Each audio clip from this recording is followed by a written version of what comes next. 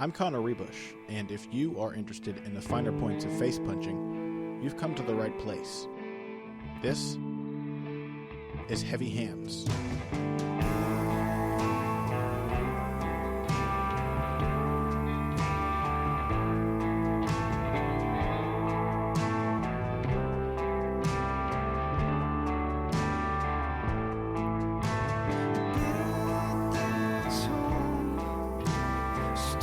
Hello, ladies and gentlemen. Welcome to Heavy Hands, the only podcast dedicated to the finer points of face punching. I am your dedicated host, Connor Rebush. With me is my co-host, Patrick Wyman. Pat, how you doing today?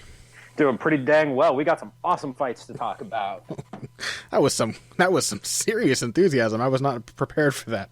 Dude, I'm super stoked. We had great fights on Saturday. We got the man himself, Demetrius Mighty Mouse Johnson, fighting on Saturday. We had Matthysse Provodnikov last weekend. My God, man, how much better does it get than this? And I think we have to like manufacture additional excitement for Johnson Horiguchi, because not only is it a stellar fight stylistically, it's a really interesting style matchup. It's one of the best champions in MMA, fighting one of the more interesting prospects, more interesting contenders in any of the divisions. And so, Mighty Mouse doesn't get the love, man. He doesn't get the love he deserves. And I know some people are very proud of the fact that they don't care about small people fighting, but it's dumb. Let's just go ahead and say it's dumb. Yeah, it really is dumb. And I mean, I think about it like this, like from the perspective of getting what you pay for, like, no, UFC 186 does not offer a massive amount on that front, but It's going to be fun. It's going to be a fun card. There's a lot of action matchups.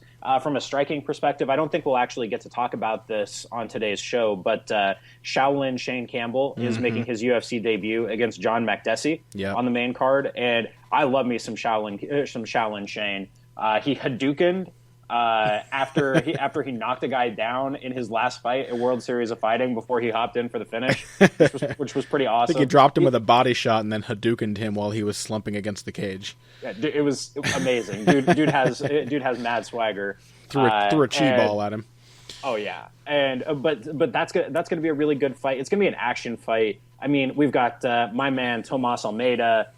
Is going to beat the crap out of poor Yves Jabois, unfortunately. Unfortunately for Jabois, Almeida is as blue chippers get. He's, I would imagine sooner rather than later we will be devoting a full segment on Heavy Hands to talking about him. Yeah, I don't doubt that at all. It's when you actually look through it as not to play hipster or anything, but it's not a great card. I expect a certain amount of name value for my cards, guys that I've already had a chance to care about them. But stylistically, it's got some really, really fun matchups. So I struggle to complain about it. Maybe that's also because I don't watch any cards live anymore. I don't ever have time. So I know regardless, I'll be able to watch it after the fact and skip through all of the padding and whatnot between the fights. But yeah, this is true. Today. Real quick, one question for you. We did not discuss this before the show, but. A thought occurred to me the other night regarding the man Tomas Almeida. He reminds me a very great deal of Nikki Holtzkin in the way that in like his shot selection and his pace and the range that he likes to fight at. He's not really a traditional Brazilian style kickboxer or a Dutch style kickboxer in the way that he picks and chooses his shots. Like he's got a very interesting game, but so he throws a lot of hands and he throws a lot of uppercuts in the pocket. Not something that we see, like really tight technical uppercuts, which is not something we see a lot of in MMA. Interspersed with the occasional low kick and a lot of like hop up knees, like skip up knees. So you'll shell up in the pocket, then he'll kind of loosely grab a hold of your head and throw a jumping knee, which is a Holtzkin special. That is a Nikki Holtzkin technique, if there ever was one. Yeah, and I have no problem saying that Nikki Holtzkin is not really a typical Dutch stylist either. No, not at all. Nikki Holtzkin's a very unique kickboxer, and so is Tomas Almeida, a unique mixed martial artist. And it's almost like a throwback to the days of full contact kickboxing or American rules kickboxing, where guys were wearing their gi pants into the ring, and it was basically just guys with a karate or a taekwondo background who decided to learn how to box. And so that's kind of what it looks like, except it's like they have a Kyokushin background, hence all the jumping knees and low kicks. But it's clearly they've really put in some time learning the art of boxing, of just purely learning how to throw your hands and stop the opponent from doing the same. So I'm really into it. Yeah, I mean, so to all of our fellow striking enthusiasts out there, if you are planning on watching UFC 186 this weekend, pay some attention to Tomas Almeida and the Curtain Jerker. Oh, absolutely. Because especially is he opening the card? He's opening the pay-per-view card. Yeah. Oh, the pay. Okay, there we go. I thought you meant like the Fight Pass, like the dark prelims. Oh no, he's getting a real push. I think the UFC thinks he could be a star, and he can absolutely. He's got that potential, and especially for. Not just for fans of technique, but he's a knockout machine as well. So yeah, 16 finishes in 17 fights. Yeah. He is a brutal puncher. Yeah, You're gonna like him, guys. You're gonna like him if you haven't watched him. Well, today, everybody, we're going to be talking about transitions and transitional fighting, and we're going to approach that angle from that concept from a few different angles. We're going to talk about combination punching as a form of transitional fighting, which I absolutely think that it is. We may talk a little bit about positioning, perhaps even stance changes on the feet, but then we're also, as we go into the episode, going to get into transitions as they are more traditionally thought of in MMA, transitioning from striking to grappling, from wrestling to submission grappling, and striking on the ground, all kinds of things, catching submissions in transition from one position to the other.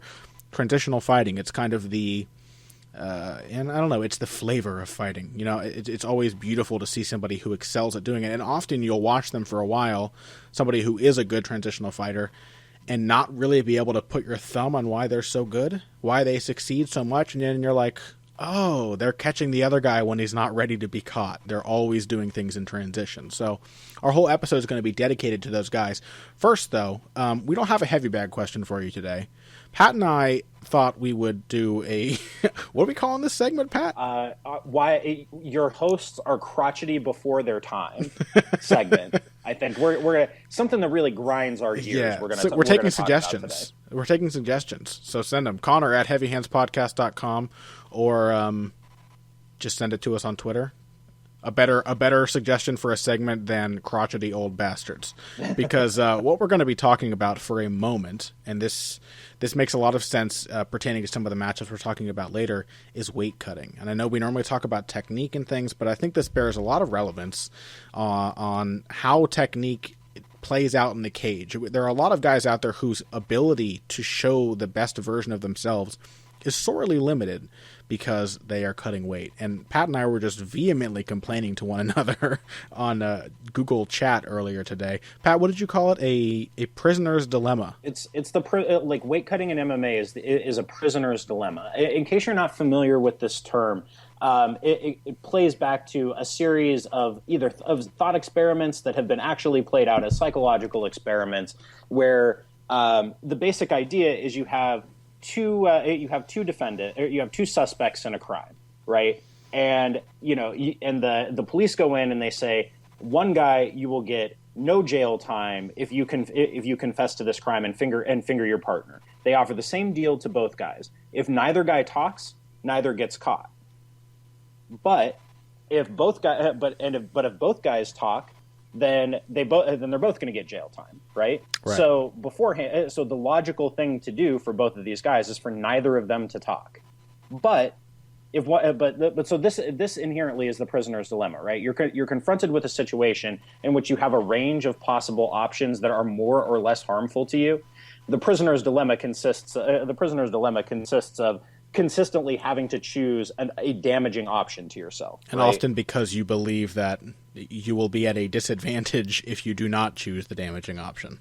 Exactly. And weight cutting is exactly this situation. You can't afford not to do it if you think that your opponent is going to, right? Like you can't just not do it. You can't take the risk of being outweighed by 20 or 25 pounds when you get into the cage fighting a drastically bigger dude. So then we get to the point where everybody is cutting massive amounts of weight and nobody has a real advantage. So then everyone's the same size. Yeah, it's like it's not like guys dropping down a weight class, it just starts a chain reaction where guys either get bigger or they cut down themselves, right? Like, think about Kenny Florian cutting to 145. By the time, if Kenny Florian was a huge featherweight when he first made that cut, when he fought Diego Nunes and then Jose Aldo. He was huge for that division. Kenny Florian today, 3.5 years after his last fight in the featherweight division, Kenny Florian would not be a big featherweight if he were booked for a fight on UFC 186. Yeah, I think he'd probably be the same size as somebody like Chen Sung-jung. I think he might be a little bigger than Zombie, but he's smaller than, say, Dustin Poirier, who just vacated the division heading to 155. He's way smaller than a dude like Mirsad Bektic, like Chaz Skelly. Chaz Skelly a while ago would have been a small welterweight or an enormous lightweight, and now he's a fairly good-sized featherweight. Mm-hmm. So you just end up in these ridiculous situations. And now, Connor, why is weight cutting bad? Why is extreme weight cutting a bad thing to do if you're going to be in a fist fight and get punched in the head a bunch of times? All right. Now, there are obvious performance-based things. Draining water from your body, and we will get into this further as we go on to talk about Swanson versus Holloway, which is how this topic actually first came up. But draining water from your body, it makes you tired faster. You're just not going to fight as well. And there are insane cardio freaks out there, but imagine this to yourselves. Guys like, I don't know, who's a guy with crazy cardio? I don't know, Clay Guida. Let's say Michael Bisping. Who's also fighting this weekend. Okay.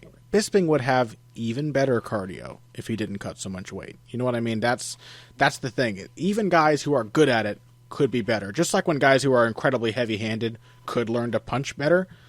Just because there are guys who manage to do it does not mean that it's not a problem. The more severe problem, however, is that dehydrating yourself gives you brain problems when you're getting hit in the head for a living. It really, really does. And I don't remember the gentleman's name. I think we may actually, if you go back to my first episode interviewing Luis Monda on this show, he probably told the story of this man, and this is why Luis decided to become a dietitian. Luis is a friend and mentor of mine who trains fighters at Johnny Toco's Ringside Gym in Las Vegas, Nevada. And one of Luis's trainers, when he was kind of jumping around from trainer to trainer while in Vegas, was himself a champion boxer at one time and cut a lot of weight to make his division's weight limit. And on one occasion, he cut a lot of weight, and on attempting to rehydrate, his body rejected the rehydration process, which happens in the same way that your body can reject an organ. It can reject water when it thinks that it's harmful because it's not used to getting it all of a sudden. And his trainer got badly thrashed. Fight was stopped, and then he ended up dying for 2 minutes in the ring. Could have died permanently. He was resuscitated and has permanent brain damage ever since. And so Luis decided to become a dietitian to help his fighters cut weight successfully and safely, so that they would be at less of a disadvantage, even though they are still eating in such a way that helps them to lose some excess water weight.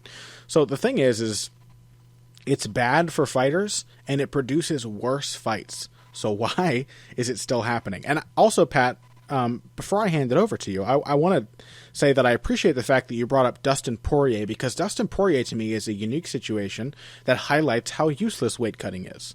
Dustin Poirier, not so long ago, lost in convincing fashion to Cub Swanson, who just lost to Max Holloway, and Dustin Poirier himself beat Max Holloway not long ago. Max Holloway, I would say, is relatively well suited for featherweight. I think it shows in the fact that he takes so many fights on short notice, he doesn't cut much water. He probably just diets down and maybe cuts 5 pounds or so, but he seems to have a pretty easy job of rehydrating, and he's got endless cardio as a result. Cub Swanson's, even though he's shorter than Holloway, is a beefier featherweight for sure. More the size of Dustin Poirier. And in Cub Swanson's fight with Dustin Poirier gassed, and that's what gave Cub such a strong advantage down the stretch. In Cub's fight with Max Holloway, he gassed, but so it's like this insane idea where none of these guys are really getting an advantage, because all this tells us is that the styles that beat other styles still work.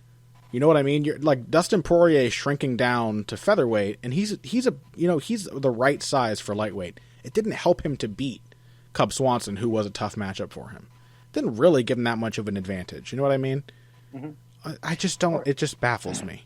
It's upsetting. I mean, well, we've gotten to the point now, like, you know, guys have been talking about this for years, but do you remember when Gleison Tebow was the biggest lightweight you could possibly imagine? Yeah, and now he's average sized. Yeah, he's like maybe a little above average size for the division. Not by much. I mean, you got plenty of dudes who walk around at 185 or 190 and cut to 155 these days. Cub Swanson and Dustin Poirier, both guys who walk around at 175 or 180 pounds to get down to 145.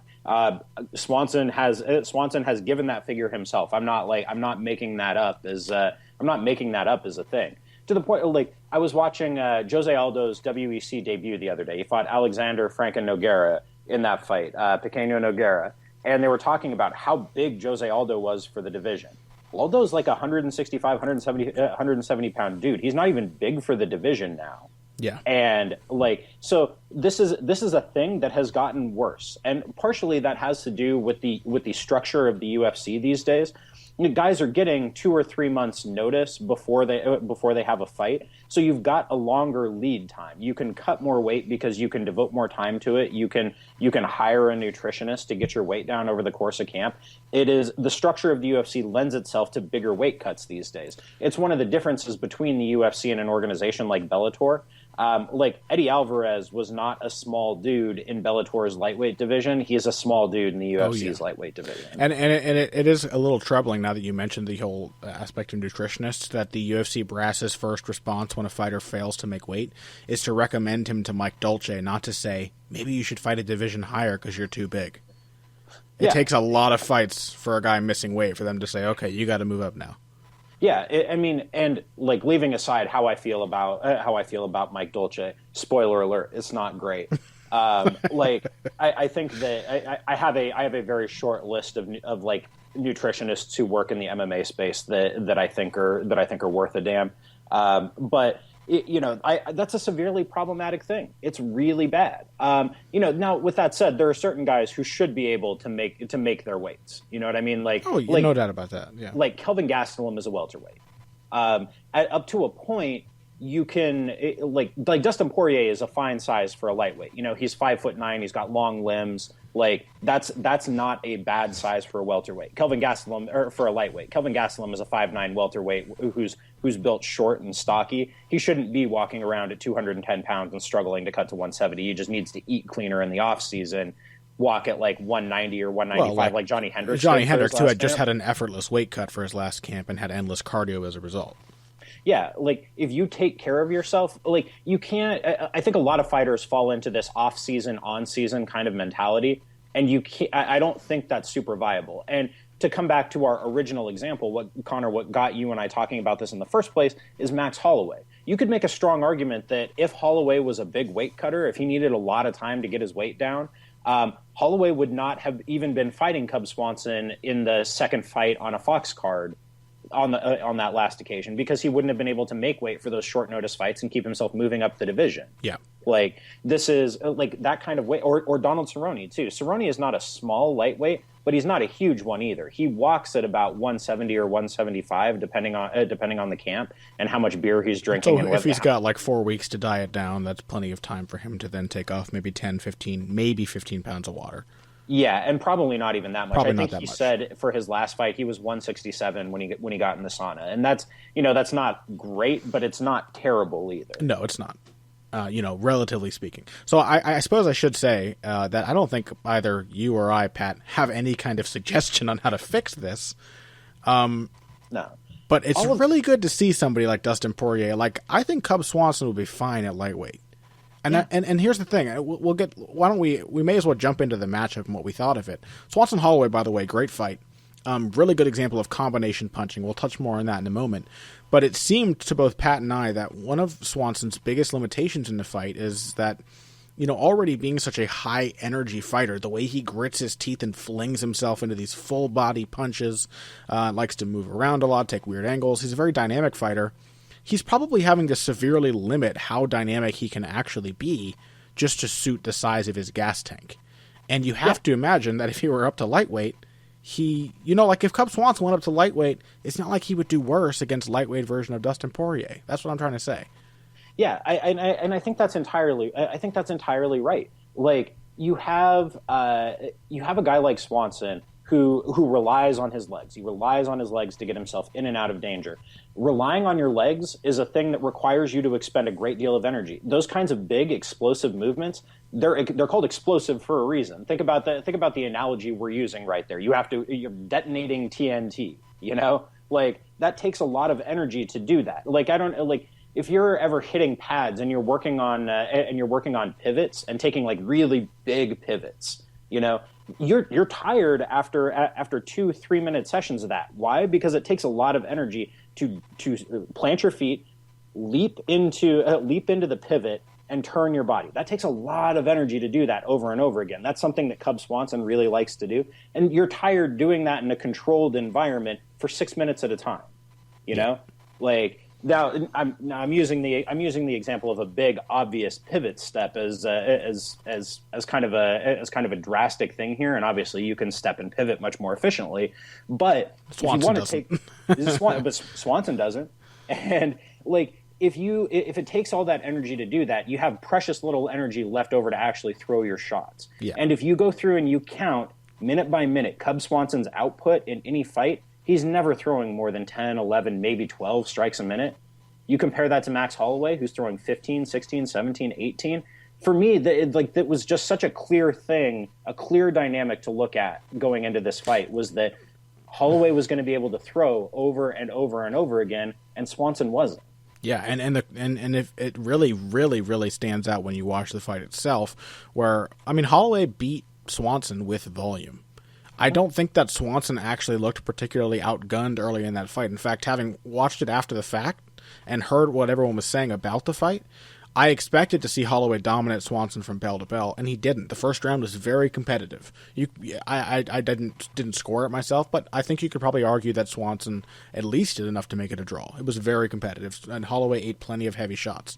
As the fight went on, Holloway continued to throw the same number of strikes, and Swanson's output drastically declined, which means his confidence faded, which means by the end of the fight, he probably didn't want to fight anymore, which is not a good place for a fighter to be. Mentally, physically, that's not a good thing to happen to a fighter. So in the end, it's not helpful to cut 100 pounds of weight. It's just not helpful. And there are a lot of people who are going to say, I'm sure there's a certain segment of our audience who's thinking to themselves as we're talking about this, that, well, Swanson broke his hand, and Swanson broke his jaw, both of which did happen. Those happened. I think both of them in the second round of that fight. Part of the reason why they happened, because Swanson was trying to up his output to fight close to Holloway's pace.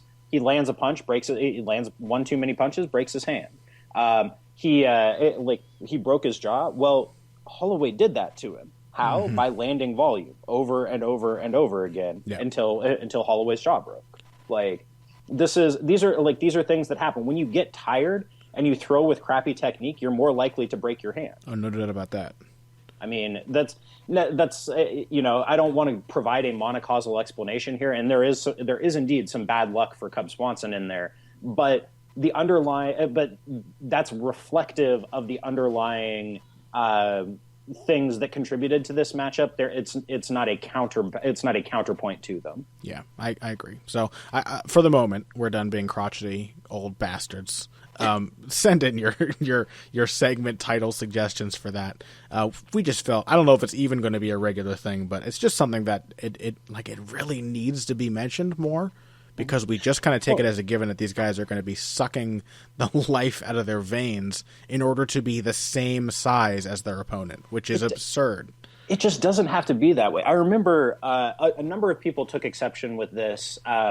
It was the Fairfax Fight Night card. Anik and Stan were calling it when Anik was calling, or when they were calling the Poirier Carlos Diego Ferreira fight. Anik says, well, science tells us that this should make you that moving up in weight, not cutting as much weight, should make you less likely to be concussed. Yeah. And a number of people took issue with the way that Anik phrased that. Well, science says, okay, leaving aside whether or not you can point to multiple peer-reviewed studies that tell you that that's the case, it makes sense based on what we know about how dehydration affects the water around the fluid around your brain, and how the fluid around your brain works to prevent concussions. That is in fact science. As far as we know on this issue, like it's really hard to do longitudinal studies on these kinds of things. But as far as we know, Anik's not wrong about that. And I thought it was kind of like an example of when the snarky shooting at, like taking pot shots at an announcer, just backfires, because he's not wrong at all, and he's pointing to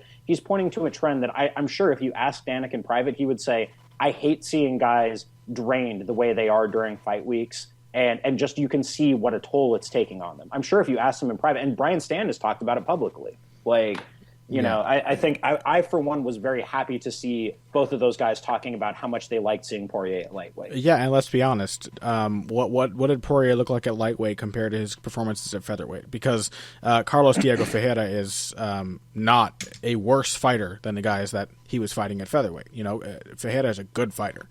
And so, you know, considering he was at a similar level of competition in many of his featherweight fights, he looked more durable, faster, and just as, if not more, powerful.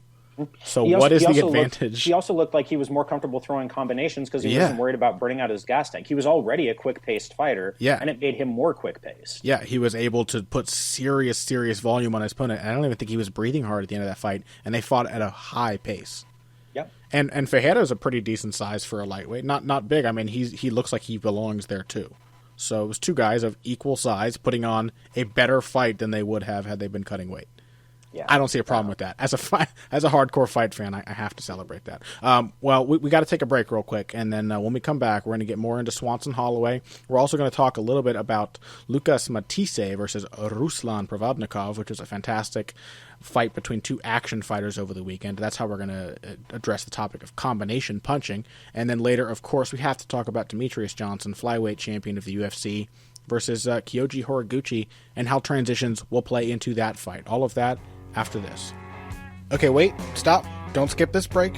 I know you skip most of them. It's a podcast. It's not a radio show. You don't have to listen to the commercials. But if you follow my very simple instructions, you'll be doing a huge service to Heavy Hands, Pat, and myself. First, go to Stitcher.com or iTunes.com. You can use either of those services to subscribe to the show, which makes it really, really easy to listen to every episode and not have to go hunting for it on our confusing, badly designed website. Once you're there, give us a positive rating and a positive review. That means go to the little 5-star thing and click on the star all the way to the right. That's a 5-star rating. That's the best one you could possibly give us. And like 20 or 30 words about how you enjoy the show. It may not seem like much, but it's a huge help to us, and we really appreciate it. It helps us bring Heavy Hands to an ever-increasing audience, which is just good for everybody. So thank you for listening. Please take the time to give us a positive rating and review. Next time that you're on at your computer, at your phone, whatever, iTunes.com, Stitcher.com, search for Heavy Hands, give a positive rating and a review. Thank you. And now, back to the show. And we are back, and we're going to talk to you about Cub Swanson versus Max Holloway. We already mentioned the fact before the break that Cub Swanson's style, at this point he's probably used to it, but it still bears mentioning that his style is kind of that of the pot shotter. And boy, did that give him problems in the face of a combination puncher of Max Holloway's skill. Oh, just enormous issues. Like, I mean, and there was reason to think, based on Cub's previous body of work, that was going to be an issue for him here. But even in my wildest dreams, I don't think I saw it being as much of a problem as it actually ended up. Because when Jeremy Stephens stopped trying to take Cub Swanson's head off and just focused on working his way forward behind a jab and low kicks and throwing 2, 3, 4 punches at a time, for a brief period in the second round of their fight, Stephens had success doing exactly that. Dustin Poirier had success doing exactly that when they fought back in February of 2013. Poirier had success doing that. Dennis Seaver had success whenever he was throwing more than 1 or 2 shots at a time. There was reason to think that this was going to be a problem for Cub Swanson, but I don't think that I foresaw how good Holloway was going to be at doing it and just staying on him. Like you mentioned, Connor, when we were breaking this fight down last week, the pressure of Max Holloway coming in the form of just constantly being in range to hit you. Yeah. Or at most a step out of range to hit you. And I don't think that Max Holloway hits particularly hard. No. But he hits with accuracy. He places his shot well. His eyes are almost always wide open and right on the target. He's got very good vision and awareness of where his targets are and where the threats opposing him are. And to go along with that precision, he throws a lot of punches. And kicks and knees, all of which were really taking a toll on Cub Swanson. By the end of the second round, he was really, really looking battered. Eyes swelling up after the first round, actually. Face getting cut, broken jaw, just really being torn to pieces.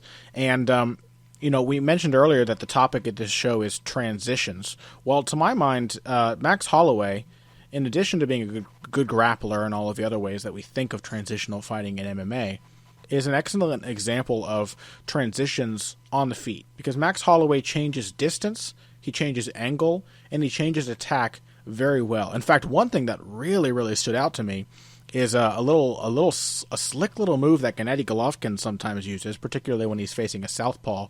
Holloway actually shifted into southpaw stance and threw a two-punch combination to the body with his head in a nice, safe position, and then exited range again on a different angle. That was really gorgeous. He stepped right up into the pocket and landed. It was a right hook to the body and then a short left hook to the body. The first punch I think was the left, because I think it may have been the other way. Maybe it was the other way, but I thought it was a shift left uppercut and a right hook, both to the ribs, and then he shoved Cub off to keep him off balance and stepped off to the side. Either way, that's a great example of transitional fighting without actually having to change phases. The ability to change distance, angle, and area of attack abruptly is so vastly important in any combat sport. And Cub Swanson had so much trouble adjusting. Whoever that coach was in his corner, it wasn't Joel Diaz. I don't know if it was Joel Diaz's assistant or if he's working with a different boxing coach now. Do you have any idea about that, Pat? I honestly don't know. I didn't Goldberg refer to him as Joel Diaz during the? Did he? Yeah, I'm 99% sure during the fight. Goldberg referred to him as Joel Diaz, and I'm like, that's not Joel Diaz. It was not. You recognize Joel Diaz. He shouts and swears constantly, and he's Latino. That guy I don't think was even Latino. Yeah, and so it definitely wasn't him, right? Because I thought I was losing my mind, and I was about to talk. I watched the fights with my radio producer at Sherdog, TJ DeSantis, and I was about to turn to ask TJ about it, and then we ended up instead debating whether that was a 10-8 round or not. Oh, okay. So I completely lost the thread of it. But now that you mention it, it's not Joel Diaz. Yeah, and I'm almost certain that Goldberg did in fact refer to him as Joel Diaz. I'm gonna look back because I really hope he did. I hope my mind isn't playing tricks on me. Oh, I hope it's not too. I really hope you referred to him as Joel Diaz. But in his corner, Joel Diaz was trying to give Cub Swanson tactical suggestions. He was trying to help Cub become a better transitional fighter, to not get caught in those transitions, and Swanson or Holloway was just forcing him where he wanted him to be at all times. And we talked last time about not just the physical but the mental pressure of knowing that Holloway is going to keep hitting you. It's not even always pretty what Holloway does. His technique is not always perfect. He gets hit while he's doing it. Sometimes he's off balance. But much like a Manny Pacquiao, he just has a very natural sense for, knowing where he's relatively safe, where the other guy's not going to be able to hurt him, and where he needs to be to hurt the other guy, or at least to be a constant threat of doing so. Yeah, Connor, let me ask you this. Was it surprising to you how easily Holloway was able to cut angles and turn Swanson? That was very surprising to me. I did not think that Holloway was going to have that much success doing that. Yeah, it kind of was. But honestly, I think Holloway's very much like T.J. Dillashaw, or, to make a really strange comparison, Mike Tyson. These guys who we talked about this last time too, didn't we? We're just going to cover the same ground as the last episode from a slightly different perspective. But that ability to switch angles in weird ways, by changing his stance, by constantly squaring his feet, by changing his stance mid-attack, whether retreating or advancing.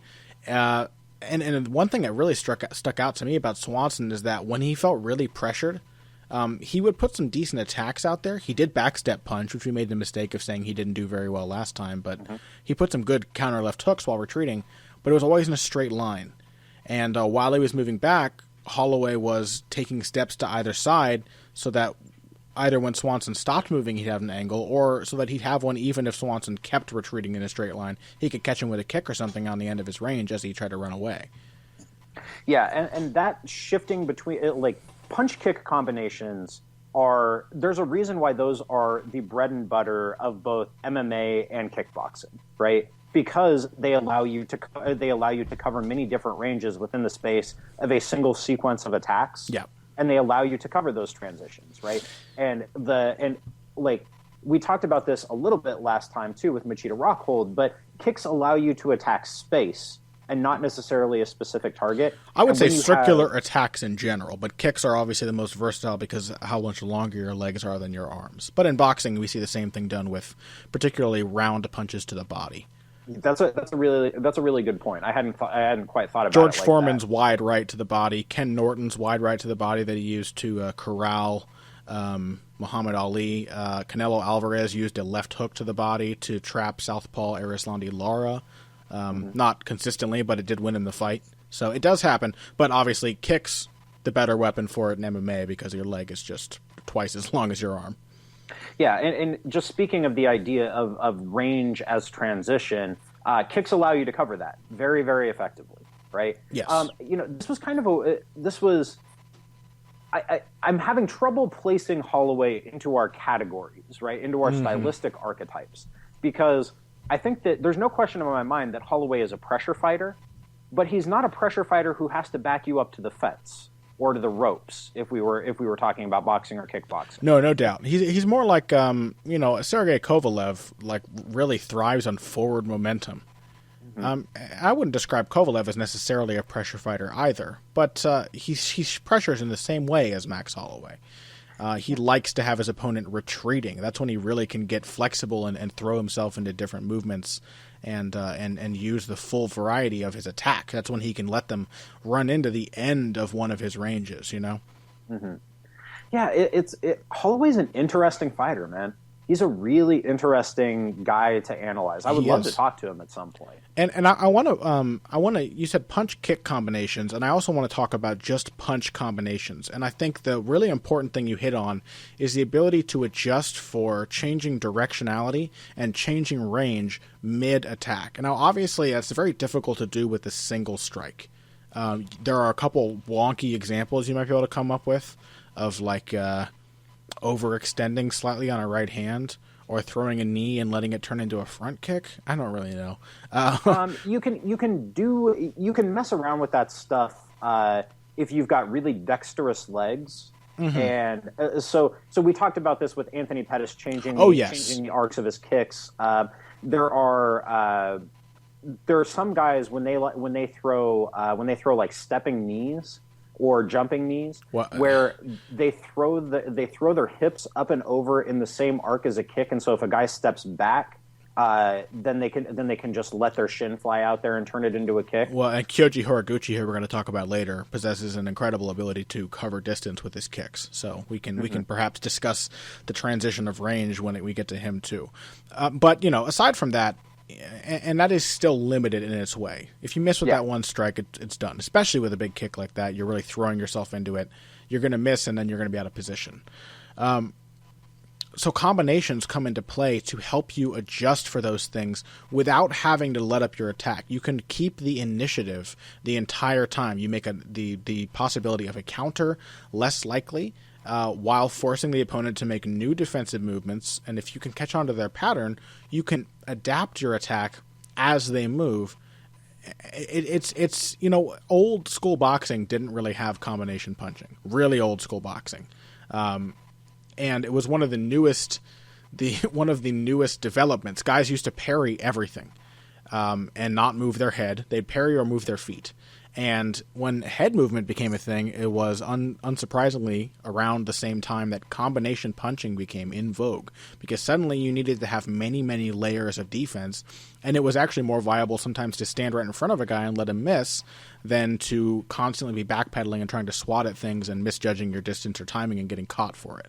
And so Lucas Matthysse is who I want to talk about here, and Max Holloway relates as well. Holloway did this brilliantly with punches and kicks, but when we watch Matthysse versus Provodnikov, the one thing that stood out to me in that fight was the combination punching, and particularly one combination that Matthysse threw successfully over and over and over again, which was a jab, cross, left uppercut, which was just ruining Ruslan Provodnikov's life every single time that he threw it.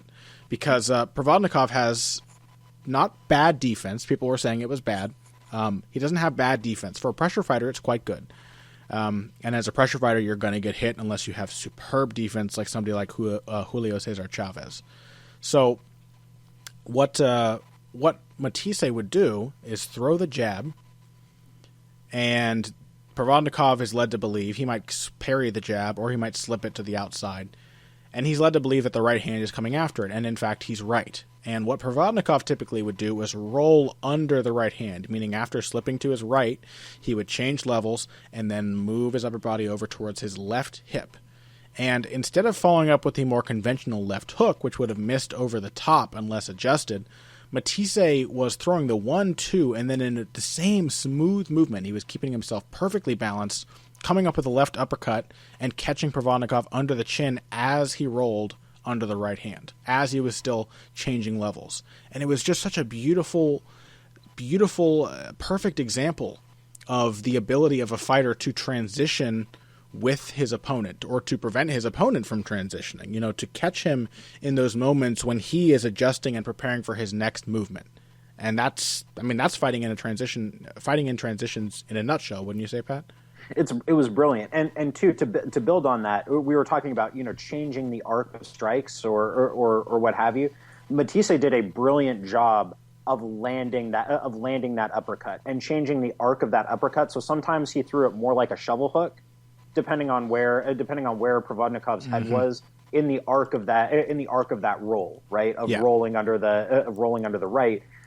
Matthysse did a really brilliant job of placing that uppercut, and also. On the subject of Provodnikov's defense, I thought he looked great with his head movement as he was pressuring, as he was moving forward.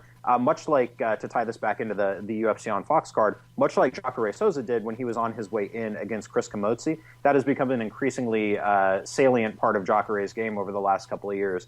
And I thought it bore mentioning. It was one of the few things I thought that we could really take from a fight that was that uncompetitive. Yeah, and speaking of uppercuts, I want to say this, because you also mentioned earlier with Tomas Almeida how we don't see them very often in MMA. Knees kind of replace uppercuts a lot, though I still think uppercuts have a unique role. But here's the thing. I'll mention one of my favorite drills. I'm not a huge fan of pad work. I don't think it's as useful as most people do. Most people don't realize that pad work has only really been around since the 60s, and there were boxers like Joe Louis whooping ass well before any trainers were holding mitts. In fact, I think Manny Stewart revolutionized mitts as a form of training, punch mitts. So, but one of my favorite drills that I see fighters doing on the pads is one that Pedro Luis Diaz. Pedro Diaz trains guys at Black Zillions. And he also trains boxers like Guillermo Rigondeaux. He is also Vitor Belfort's boxing coach. And he works with Muay Thai fighter Cosmo Alexandre. And works with Tyrone Spong quite a bit. And Tyrone Spong. I believe he worked with Nicky Holtzkin a little bit when Holtzkin was down there too. Quite possible. Yeah. So, working alongside Henri Hooft, we've got two incredible striking coaches there. But Pedro Diaz is a trainer of the Cuban school. And one thing that Cubans excel at doing is throwing their combinations intelligently to account for the natural movements of an opponent in reaction to the punches. So the first punch of a combination, when you first start training, you kind of like have in your head, like, okay, I'm planning. Now I'm going to throw a 1-1-2. You know what I mean? You just kind of map out in your head what seems like a normal combination to you, or what seems like a weird, unpredictable one, without a ton of thought put into it. And what Pedro Diaz does with guys like Guillermo Rigondeaux, and he often does this with them lined up, where they'll hit punches and then run around to the back of the line and wait for their turn to do it again. So they get this good hustle, this good fast pace, and of course Pedro Diaz is getting a hell of a workout holding pads for all these hard hitters. But what they do is throw uppercuts. So let's say we'll start with a left uppercut, right uppercut, left hook, right cross, which does not sound like a typical combination, because when we think of striking as a science, we tend to think of closing distance. But this is a combination that opens distance. We start with the left uppercut. Our assumption is that the opponent is inside and in close. Maybe they've just made a defensive movement. Maybe they are infighting with you. For whatever reason, they are standing close to you in uppercut range, and perhaps lowered. So you're popping them with the uppercut. Other uppercut comes. They start to pull back. They're on the end of the left hook. And you follow them with your longest strike, your right hand. And that is, to me, one of the best ways to explain the true value of combination punching, that you're not just putting punches together in the hope that one lands, you're putting punches together and designing your combination so that the last one is the most likely punch to land. Each preceding punch creates the opportunity for the following punch. Yeah, and that's something I always do when I hold pads, is try and make it dynamic for my partner. Yeah. So almost never will I just stand still and hold pads for somebody. If I'm holding pads for somebody, I'm going to be stepping as they throw to get them to cover distance moving forward with the combination, or alternatively to get them to throw it entirely off their back foot, back stepping, or once they've gotten used to the combination, we'll mix it up on the fly. So sometimes I'm going to be stepping in and force them to throw off the back foot. Sometimes I'm going to force them to follow me with the combination. Like, I don't think there's any point to doing pad work if you're just going to stand in place. You might as well be hitting a bag. Yeah, absolutely. The whole point to me of doing pad work is that it provides a reasonable simulacrum of a live situation. Yeah, you actually get to position yourself in relation to a live moving body, and you get to throw with more power than you typically are in sparring. So it's useful. That right there is the fundamental difference between combat sports and traditional martial arts, is the inclusion of a live partner. And that's what separates effective combat systems from ineffective ones, is whether you are working with live opponents or not. If you want to see some good pad work, by the way, for MMA, Faraz is a hobby holds pads in the way that I like. So if you check out his TriStar Gym channel on YouTube, he's got a lot of clips of him holding mitts for Rory McDonald, who's got some of the best boxing in the welterweight division in the UFC right now. So that's fun to watch. Swanson Holloway, Matthysse, Provodnikov, I think we've said enough about them. I really want to move on to our broader definition of transitional fighting and talk about Kyoji Horiguchi versus Demetrius Johnson. We will take one more quick break, and when we come back, that will be our topic of discussion.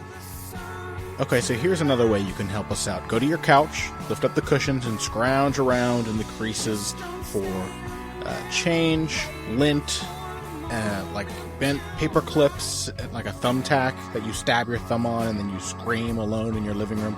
Throw all the stuff out except the change. All right, now take that and deposit it into your bank account or your PayPal account. Head over to heavyhandspodcast.com and click on the donate button on the right side of your screen. Whatever money you just found, which you weren't using anyway, send it to us, all right? Because Pat and I will use it. That money helps us keep this show on the air and free of charge, which is great for you. It's great for us because that way we're making a little bit of money. The donations are a huge deal for us. So please go to heavyhandspodcast.com. Any spare change that you might have lying around, hit the donate button on the right side of the screen and send it our way to help us keep this show live. Thanks. And now back to Heavy Hands. Okay, Pat. Demetrius Johnson, Kyoji Horiguchi. Who do you think stands out in this fight in terms of transitional fighting, and why? Well, I think the answer really has to be Demetrius Johnson. That if you look at Johnson's game in the aggregate, if you look at every individual phase of it, Johnson is better than the average top 10 fighter in his division at absolutely everything that he does. He's a better than average grappler. He's a better than average striker. He's a better than average clinch fighter. He's a better than average wrestler. But what makes him stand out on the whole is his control of the transitional spaces of the fight. He's not like if you look at Georges St-Pierre, he really excelled at the striking to wrestling transition, going both directions, either striking into his takedowns or using your strikes to set up his takedowns with that classic reactive double that he hit. Demetrius Johnson can do not only that in both of the same ways as Georges St-Pierre did, but he also controls the wrestling to grappling transition. The second that he gets you down, he's looking to he's looking to pass your guard or catch a submission. When you stand up from the ground, he's immediately looking to strike. So he's going grappling to striking. He really, really excels. He might be one of the 2 or 3 best in MMA at doing this, at striking into the clinch, at phase shifting from striking to the clinch. So he'll throw a left hook, and if you step inside of that, he's immediately going to turn that into a single collar tie and grab the clinch. He's going to strike out of the clinch. As soon as you break the clinch, he's going to throw strikes on it. Every single transitional space, Demetrius Johnson controls. One example that stood out to me when watching his fight with Ian McCall is that if McCall avoided Johnson's left hook, which seemed to be a strike that he worked on a lot before that fight, he would immediately drop his hand and slide in and swim that arm under and get an underhook on under McCall's right arm. Mm-hmm. So he's always, and this may seem like a weird idea that comes out of left field. I don't know how much this really pertains to technique talk, but is there an essential humility to being a transitional fighter? Because to me, fighting in transition seems to be the acceptance that some of your attacks will fail. Some of your techniques will not work, but that you can use the fact that they don't work.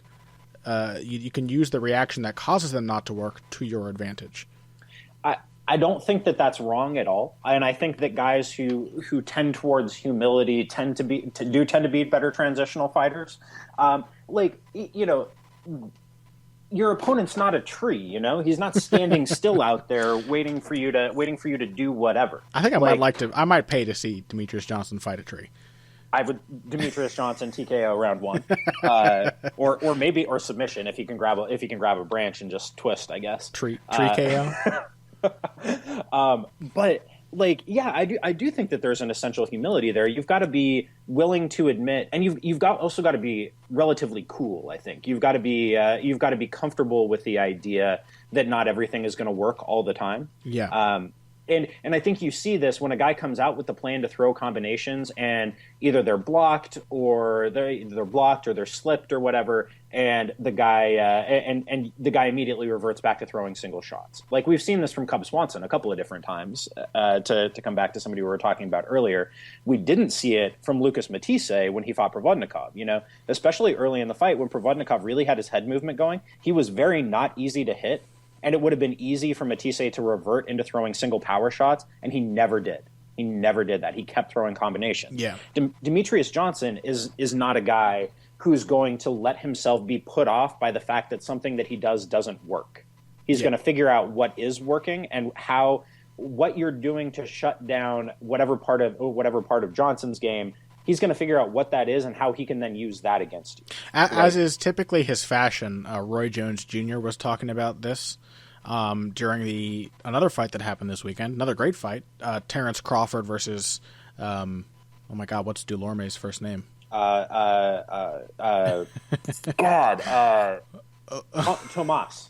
Dulorme, my God. Terrence Crawford versus Tomas Dulorme. And Roy Jones, in typical fashion, was not doing a good job of explaining it, but was making a good point. Mm-hmm. And he kept using the phrase boxing moves, which sounds like a thing. I was wondering if you were going to bring that up, because I was sitting there watching that fight, just laughing, thinking I can hear Connor losing his goddamn mind in the back of my head. You know what? I love Roy Jones Jr. I think he is absolutely charming and fun to listen to, and he always makes good points. I think he's also an underrated trainer. He's always impressed me when he's cornering guys. He gives good, simple, workable, tactical advice. He's just not good at expressing himself in any kind of nuanced way. So, hashtag boxing moves. He said it about 300 times in the course of a 6-round fight. But what he was trying to say, what Roy Jones considers a boxing move, which is a very vague phrase, that he was criticizing Dulorme for not doing, is that Dulorme was throwing a lot of activity, but it was just kind of mindless. Dulorme was not looking for boxing moves. He was going to do the same thing as many times as it took for it to work. And that's not really at the heart of what makes boxing the sweet science. You know what I mean? That's not, you could call that not a good boxing move. Whereas Crawford, who has to be, much like Demetrius Johnson, probably the coldest, calmest, most patient fighter I've ever seen. eyes always on his opponent, never worried, never breathing hard. The dude can fight at a hellacious pace and not be out of breath. And it's not because, I mean, being honest, Terrence Crawford looked like shit at his weigh-in for that Dulorme fight. But he doesn't get tired because he's calm. He's always, always calm because he knows that he can win the fight. And I think Demetrious Johnson is the same way. And Crawford made a brilliant boxing move in the 6th round of this fight after giving away 2, 3, maybe 4 of the first 5 rounds. And what Crawford did is, having ascertained over the course of the fight that Dulorme was catching his jab in his right hand or parrying his jab, he gave him a couple jabs, and then he threw a long left hook, which would not have been a terrifically hurting punch, but it caught cleanly because Dulorme thought it was a jab and went to parry it and left his head open for the hook. And then, playing into our conversation of combination punching as a form of transitional fighting, Crawford followed up with a blistering right hand that set off a finish. 2 knockdowns later, that right hand put him down, and then 2 knockdowns later, Dulorme was done, after having done being very competitive in the fight up to that point. And so what makes this #boxing move a particularly salient example of transitional fighting is that Crawford had to make 2 suppositions for this technique to work. He had to make the supposition that, A, his jab was not going to work. He had to throw several jabs in that fight knowing that they were not going to land, just to get Dulorme used to defending them. And he had to think ahead. So then, after that, he knew that he could get the hook to land, which is, by the way, not a hard move to make happen. It just takes confidence and patience under pressure to think to do it. Hooking off the jab, timeless tactic right there. It always works. But then he had to go one step further and kind of make the assumption that the hook wasn't going to do enough. Without the right hand after it, that hook would have been just another clean punch. It would not have cleaned Dulorme's clock. He would have been okay. So Crawford had to have this kind of humble approach to 3 strikes, basically, in succession, that each one would not be enough to get the job done, but that in combination and in transition from one to the other, he would build an incredibly successful attack. And in fact, he did. He came on and in one combination changed the entire fight and won. So, and that's Demetrious Johnson in a nutshell. Demetrious Johnson is never too committed to one idea. He's always willing to accept what's given to him, rather than trying to force what he thinks is the correct thing that he really wants to happen. You know what I mean? Absolutely. And I think that if there is another commonality here with these really great transitional fighters, it's that they're all exceptionally intelligent. Yeah. Maybe not in a general sense, but with regard to their craft, they are exceptionally intelligent. They're sharp. I think that's a good way to express it. Sharp. They're very sharp people. Yeah. And Demetrious Johnson is a very, very smart dude, regardless of what you're talking about. Yeah. He is an exceptionally good problem solver. And this came through very clearly. I had the opportunity to interview him a couple of weeks ago, and I was blown away by how well he understands the game of MMA. And the way that he understands exactly what we were talking about there, that move, counter move, thinking steps ahead, making suppositions about your opponent's likely reaction to things. That came through very clearly when we were talking about, he and I discussed layering your game plan throughout rounds, right? That when you have a 5-round fight, you can do more in terms of layering than you can in a 3-round fight, and how he much prefers 5-round fights for that reason, and how he started to get these finishes, these later finishes in 5-round fights, things like that. He can build to a finish. He can afford to build to it.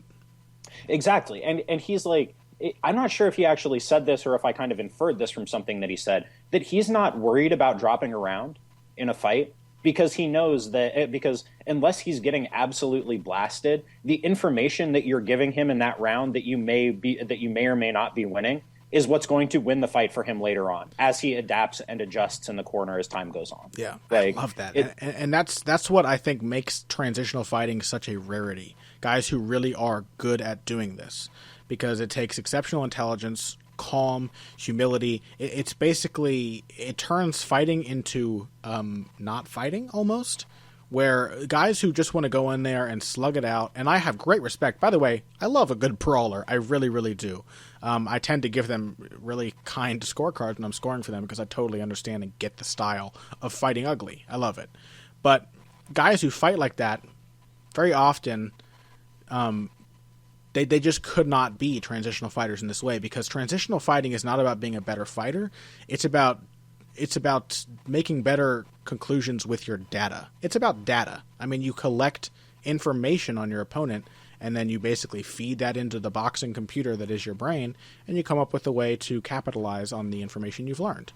Yeah, I'll give you a good example of this. A guy who is not a bad transitional fighter at all, but it's not something that he really thinks about in any or builds to when you give him additional information, is Justin Gaethje.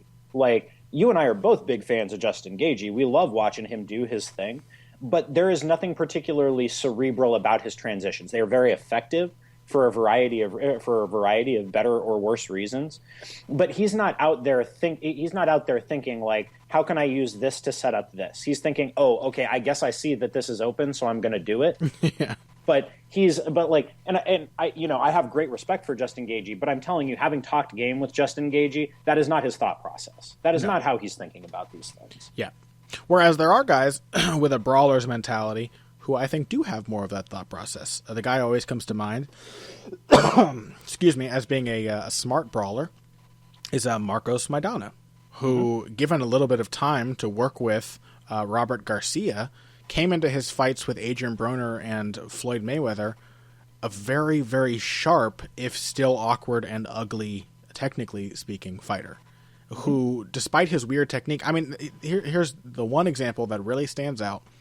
Marcos Maidana hit a body jab on Adrian Broner 4 or 5 times in pretty rapid succession early in their fight. He was using this so that he could hit a guy who has good elusive head movement and likes to lean away and find out how close he was. And then he also picked up while doing this, because the body jab is just a useful part of his game, that Adrian Broner drops his hand to parry this punch. And so then he hits the body jab one time really hard, and then he comes in right after it so that Broner doesn't have any time to think about what he might be planning, and throws this long looping left hook that kind of looks like a body jab when he starts it, because it's got this huge wind-up on it. And Broner tries to swat it down, and then he gets cracked in the jaw and he goes down for the first time in his career. And so that's a guy who may not look pretty, but he's still collecting data, and he's still doing something with it. He's making boxing moves, Pat. He is making boxing moves. And, and to return to the Gaethje example real quick, He may just not quite be at that stage yet. Like, Maidana has a tremendous amount of experience. Yes. He's been doing this for a long time. Maybe Gaethje will get there, but I don't see, the point being, he's not there yet. Demetrius Johnson is there. Demetrius Johnson is a smart fighter, a physically dominating fighter in the prime of his career, with maybe the best coach-fighter pairing in MMA, maybe the best coach-fighter pairing in MMA. And these guys tend to be sponges, you know what I mean, for new information. Whether they get why it works immediately, or they're just desperate to understand why it works immediately. Guys like Demetrius Johnson, guys like Marcos Maidana, guys like Terrence Crawford are desperate to learn new things and really, really willing to apply them once they understand how and why they work. And that's Demetrius Johnson, because Demetrius Johnson is not adding new moves to his arsenal in every fight. He's figuring out new ways to use the moves that he already has and make them fit together into a cohesive whole. And I do think he is dramatically improving with each showing, which is pretty incredible after all the experience he's already had in his career, that he's still growing in leaps and bounds. Maybe it's the fact that he's given all this time to work in 5-round fights and figure out how his style works best now that he's a champion. Well, it also helps that he's damn near impossible to hit cleanly. Yeah. Like, he...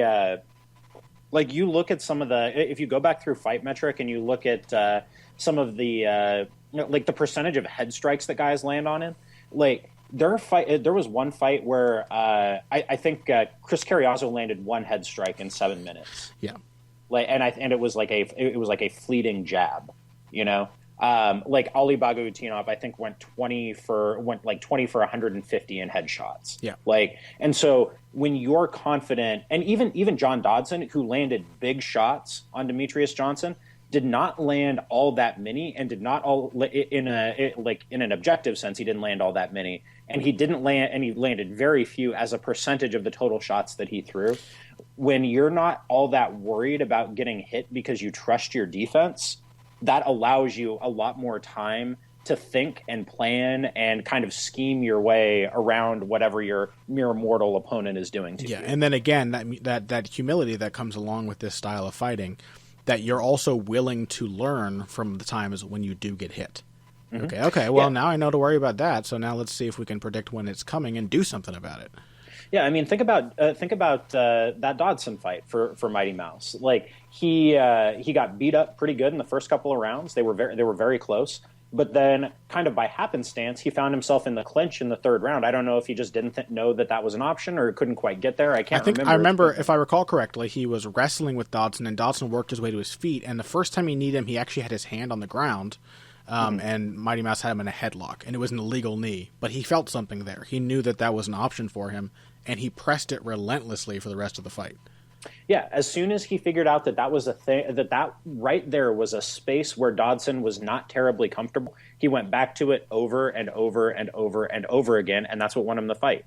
Yeah. And yeah, so I mean, that's a thing that a guy like Johnson can do that's not going to be that is not going to be there for everybody. It's part of what makes him really special.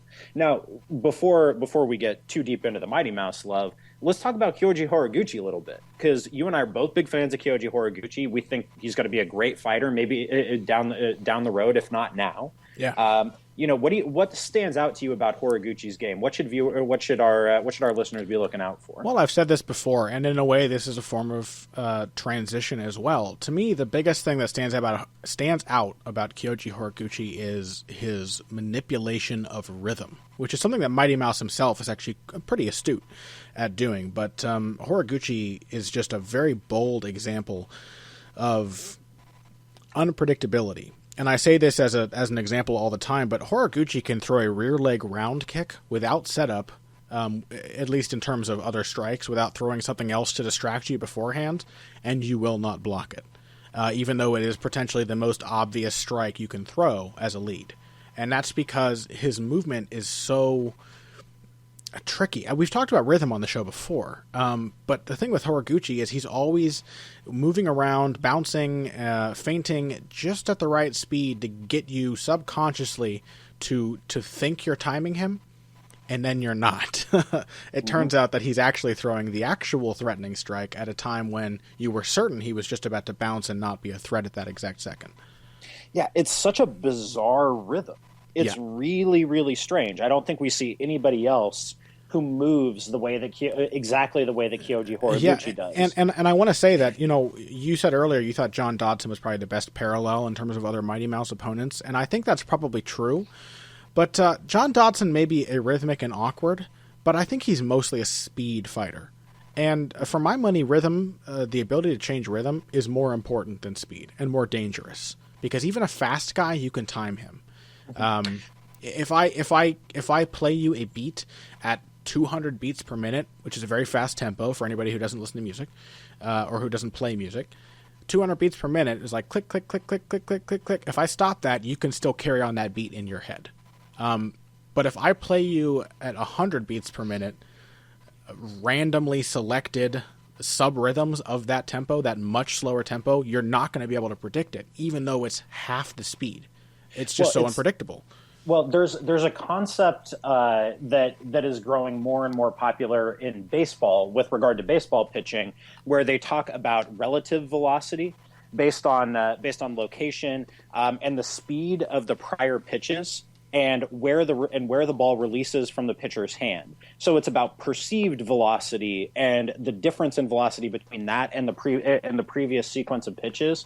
That gives you a whole different set of numbers. So instead of looking at a guy who throws 96 every single time, you're looking at a guy who's going to throw you something that's, say, an 80-mile-an-hour changeup, then a 78-mile-an-hour curveball, then an 85-mile-an-hour split like cutter or something, and then they'll rear back and throw a 91-mile-an-hour fastball that just looks like it's barreling at you like a freight train. It looks faster than the guy who's throwing you a 97-mile-an-hour fastball every time. Absolutely, because speed in and of itself is not enough. Yeah, and that right there is Kyoji Horiguchi in a nutshell. He is very fast. Yes. When he really turns it up, he's every bit as fast as John Dodson is, I think. Yeah, I agree.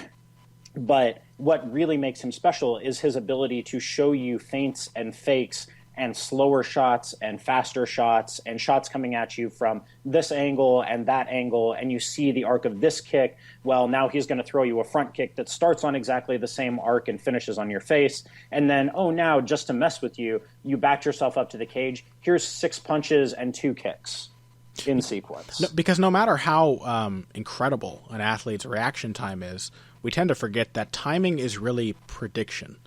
If you time somebody, it means you predicted their movement correctly.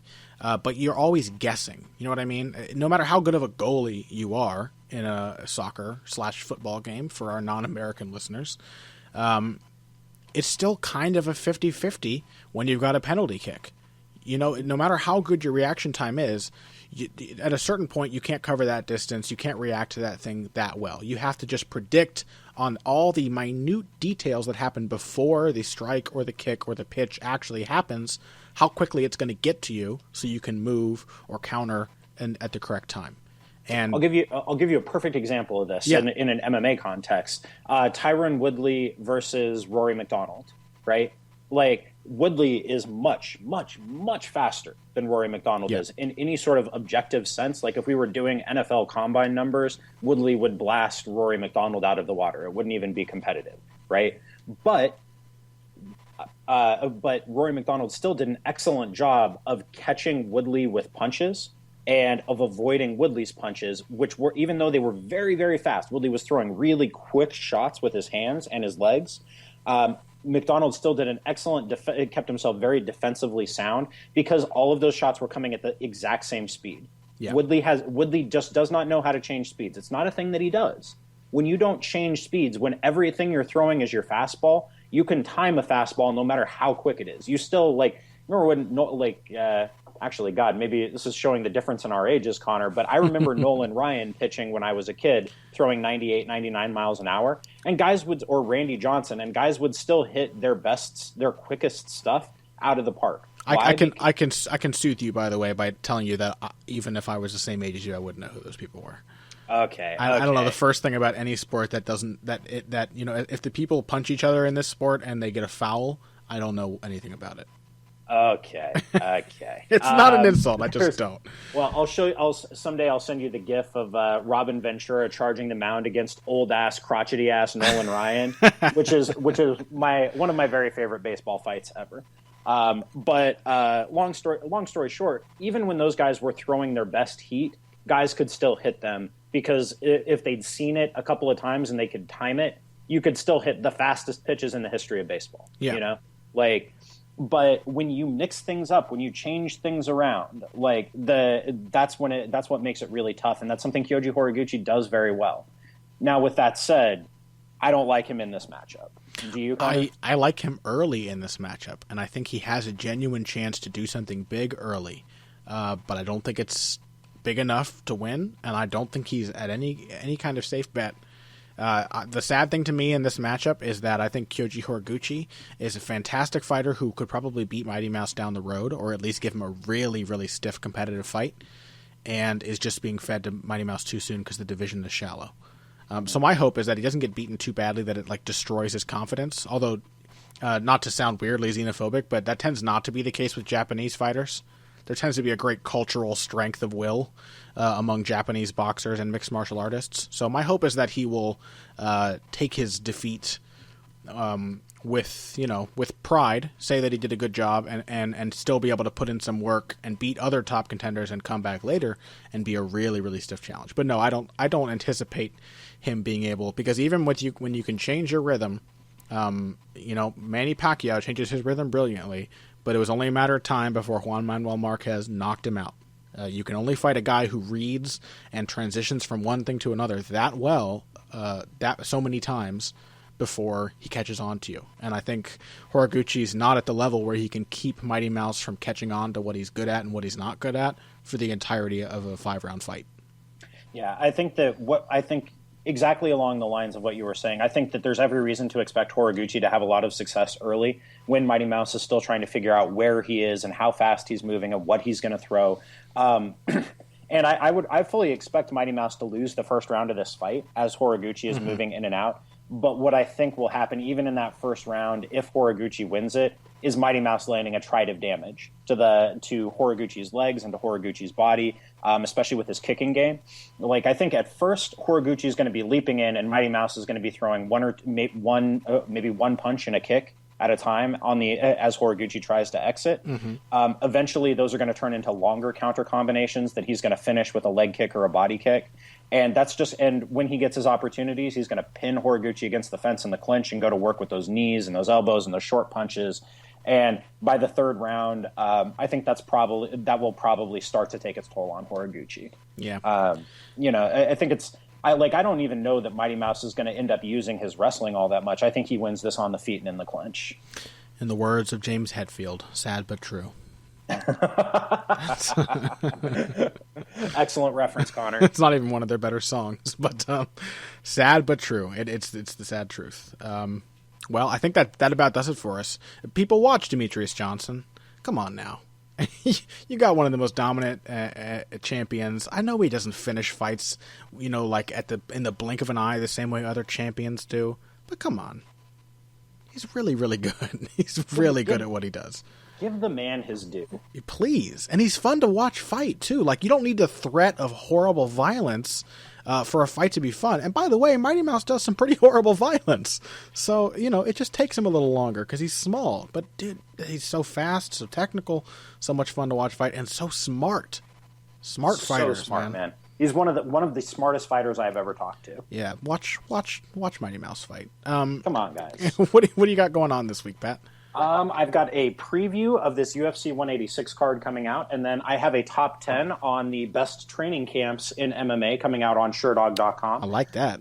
So, yeah, it should be interesting. Keep an eye out for those two things. That's about all I got. What are you doing this week, Connor? Mayweather Pacquiao. Are you surprised? My video production is ramping up. I'm doing a bunch of videos. I've had 3 come out so far. 2 on Manny Pacquiao, 1 on his right hook, 1 on his underrated defensive abilities, and my next Floyd Mayweather video, which hopefully will have already come out by the time you're listening to this episode, will be about his body punching, which should play a pivotal role against Manny Pacquiao. And the first video was on his sticky punches, another version of transitional fighting, punching, missing, and then grabbing onto your opponent to do something with the fact that you missed. So that's definitely worth watching if you enjoyed this episode. And what else? Oh, I'm doing fantasy boxing previews over on dfsreport.com for the rest of this month for the Mayweather-Pacquiao fight weekend. So if you want to build a roster on Countermove for boxing, then go check those out. I think I got some pretty good recommendations. I got to have fun scouting some boxers I've never heard of. And I may have a big article coming out for another publication relatively soon. Don't want to spoil that too quickly, but keep an eye out. Google my name every hour on the hour, and you'll be able to stay up to date with all the stuff that I do. That sounds good. That sounds like good stuff. I apologize. Apparently my phone just started ringing through my goddamn computer, which I didn't know was a thing that could happen. I didn't even hear it. Really? Yeah. Oh, that's good. No noise over here. So, Pat, you just gave yourself away. You fool. Thanks, Pat. I had a good time talking about this. I'm looking forward to the fights this weekend. Thank you, everybody else, for joining us. If you want to get at us next week, we will most likely be doing a segment of the Heavy Bag. We'll be answering your questions on the air. So send us your questions on Twitter, #HeavyBagQuestions. If you have longer questions, suggestions, or requests, send them to our email, Connor, CONNOR, @HeavyHandsPodcast.com. You can get in touch with us on Twitter personally if you have other questions or you want to just tell us how damn good we are at podcasting. Pat is @Patrick_Wyman. I am @BoxingBush. And I think that's all she wrote. So thank you once again, everybody, for joining us today. Hope you enjoyed it. And if you came here for the finer points of face punching, you came to the right place. This has been Heavy Hands.